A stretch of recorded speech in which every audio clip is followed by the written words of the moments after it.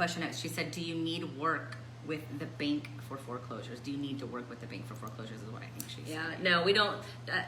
You can, but it's a little bit of a misnomer. And you'll hear people say it sometimes. They're usually trying to sell you something, frankly. But like, oh, yeah, you got to get in with the bank.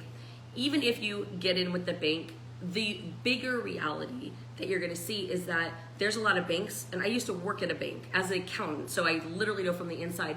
There's a lot of banks where they could not sell it directly to an investor, even if they wanted to, because their board would be like, well, hold on a second. What do you mean you didn't put it on the multiple listing service? Because the point of being on MLS is that a lot of people see it, and then, at least in theory, it should be whoever is willing to pay the most for the property. So even if you have a relationship with someone at the bank, it's unlikely to land on one that they can actually sell it to you because their board of directors doesn't allow it.